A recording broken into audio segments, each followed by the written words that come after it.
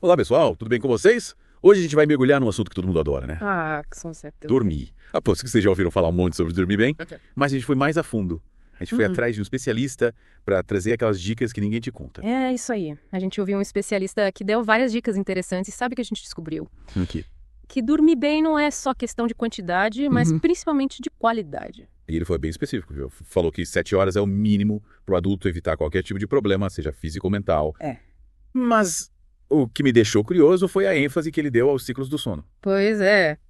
Parece que não basta só apagar por 7 horas, né?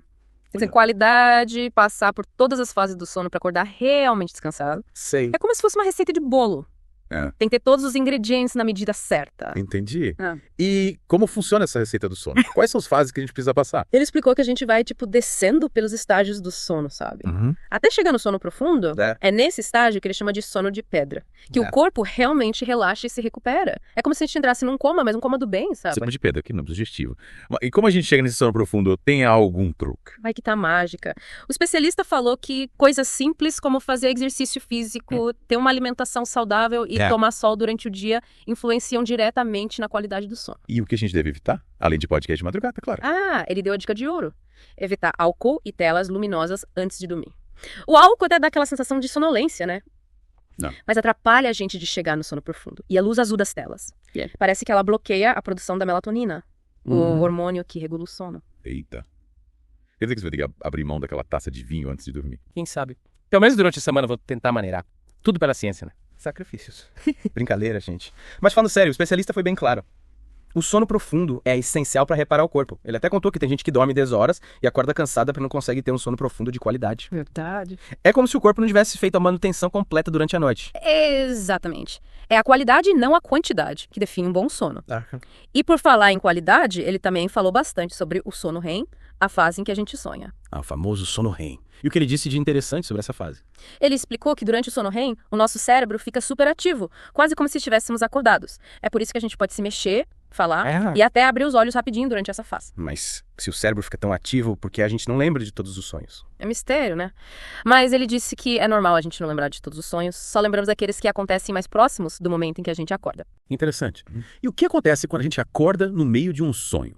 Depende da fase do sono em que a gente está, né? Se for no meio do sono profundo, a gente acorda grogue, desorientado, com a cabeça na lua.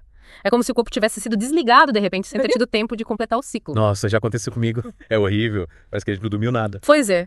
E por falar em acordar, o especialista nos contou como ele acorda todos os dias, com um despertador que simula o nascer do sol. Que chique. Mas e quem não tem um despertador high-tech desses? Tem alguma dica mais acessível? Ele falou sobre a importância de tentar acordar naturalmente, sem despertador, e seguindo o ritmo natural do nosso corpo. É como se a gente voltasse às origens, como os nossos ancestrais faziam. Falando em ancestrais, lembrei que ele fez uma comparação interessante entre os nossos hábitos de sono e os dos nossos antepassados. Verdade. Ele disse que a gente se acostumou a dormir tarde e acordar com despertador. Mas os nossos ancestrais viviam de acordo com o sol. Dormiam quando escurecia e acordavam com o nascer do sol. E essa mudança drástica nos nossos hábitos pode ter consequências negativas para a nossa saúde, né? Com certeza. Ele até usou o exemplo da girafa para ilustrar essa ideia. Girafa. O que a girafa tem a ver com sono? Calma que eu explico. Ele usou a girafa como exemplo de adaptação evolutiva. A girafa desenvolveu um pescoço comprido ao longo de milhares de anos porque isso ajudava a alcançar as folhas mais altas das árvores. Entendi. As girafas que nasciam com o pescoço mais comprido tinham mais chances de sobreviver e passar essa característica para os seus descendentes. É a seleção natural em ação. Exatamente. E o especialista acredita que o nosso sono também foi moldado pela evolução ao longo de milhares de anos. Dormir quando estava escuro protegia os nossos ancestrais dos predadores e ajudava a conservar energia. Faz todo sentido. E quando a gente ignora a nossa necessidade natural de dormir, estamos indo contra a nossa própria evolução. É isso que o especialista defende. E se a gente parar para pensar, passamos a maior parte da nossa história como espécie dormindo de acordo com o ritmo natural do dia e da noite. Só recentemente, com a invenção da luz elétrica e a vida moderna, que começamos a mudar drasticamente nossos hábitos de sono. Caramba. Quer dizer que dormir mal é como andar para trás na linha da evolução. Em certo sentido, sim. A gente precisa respeitar o nosso relógio biológico e entender que o sono é essencial para a nossa saúde física e mental. Que doideira. Eu nunca tinha pensado no sono dessa forma. E tem mais. Ele também mencionou o caso das mariposas pretas durante a Revolução Industrial na Inglaterra. Mariposas? O que elas têm a ver com o sono. Ele usou esse exemplo para mostrar como a adaptação ao ambiente é fundamental para a sobrevivência. Antes da Revolução Industrial, as mariposas claras eram mais comuns porque se camuflavam nos troncos das árvores, que eram cobertos de líquens. Mas, com a poluição gerada pelas fábricas, os líquens morreram e os troncos ficaram escuros. E aí as mariposas pretas, que antes eram minoria, passaram a ter uma vantagem, né? Isso aí. Elas se camuflavam melhor nos troncos escuros e, por isso, tinham mais chances de sobreviver e se reproduzir. Com o tempo, as mariposas pretas se tornaram a maioria na região. Que história incrível. Mas o que isso tem a ver com o sono? O especialista usou esse exemplo para mostrar que, assim como as mariposas se adaptaram ao ambiente para sobreviver, o nosso sono também foi moldado pela evolução para nos dar alguma vantagem. Nossa, agora tudo faz sentido. A gente precisa respeitar a nossa necessidade de dormir, porque ela está enraizada na nossa história evolutiva. Mas e aí, o que mais a gente pode fazer para ter uma boa noite de sono? Além de evitar álcool, telas luminosas e respeitar o nosso relógio biológico. Ele deu várias dicas importantes. Sim. Mas isso a gente conversa no próximo bloco. Fiquem ligados. Estamos de volta com a segunda parte do nosso mergulho no mundo do sono. Isso aí.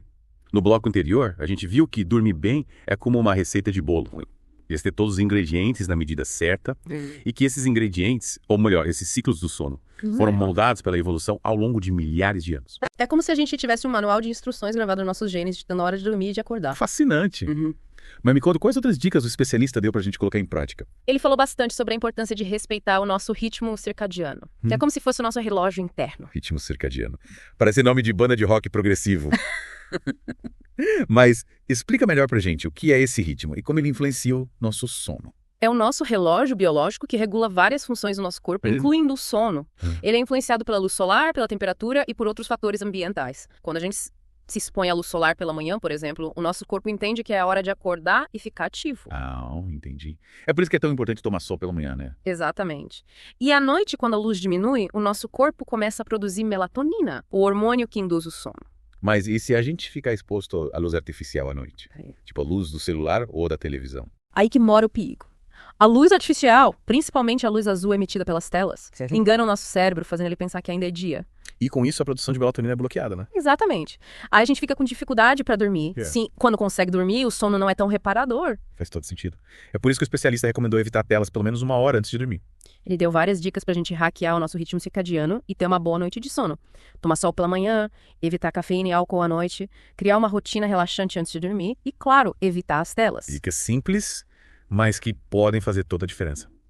E falando em hábitos que influenciam o sono, ele também mencionou a importância da alimentação, né? Sim. Ele recomendou evitar comer muito à noite, principalmente alimentos pesados e gordurosos. Aquela pizza antes de dormir pode parecer uma boa ideia na hora. É. Mas depois o estômago pesa e a gente não consegue dormir direito. E ele também deu a dica de ouro pra quem quer turbinar o sono. Alimentos ricos em triptofano. Triptofano.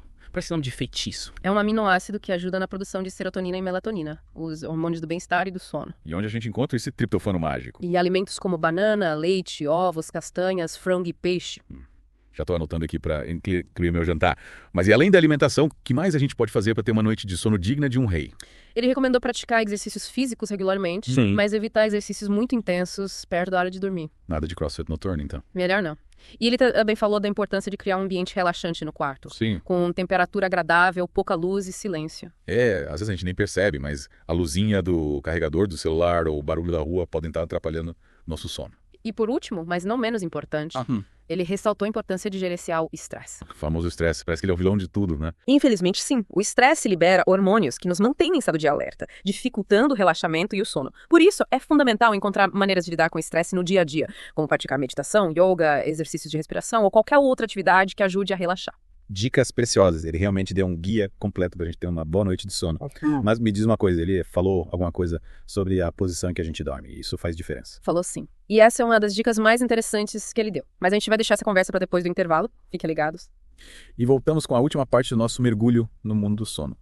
No bloco anterior, a gente desvendou os mistérios do ritmo circadiano, aprendeu a hackear o nosso relógio biológico e descobriu que até a pizza antes de dormir pode atrapalhar a gente de ter uma boa noite de descanso. É verdade. E a gente viu também que o estresse é um dos maiores inimigos do sono, liberando hormônios que nos mantêm em estado de alerta. E por falar em dicas para dormir bem, você tinha deixado a gente na curiosidade sobre a posição ideal para dormir. O que o especialista falou sobre isso? Ele disse que dormir de lado, principalmente do lado esquerdo, pode trazer vários benefícios para a saúde. Sério? E por que o lado esquerdo é tão especial? Ele explicou que dormir do lado esquerdo facilita o trabalho do sistema linfático, que é responsável por eliminar toxinas do nosso corpo. Interessante.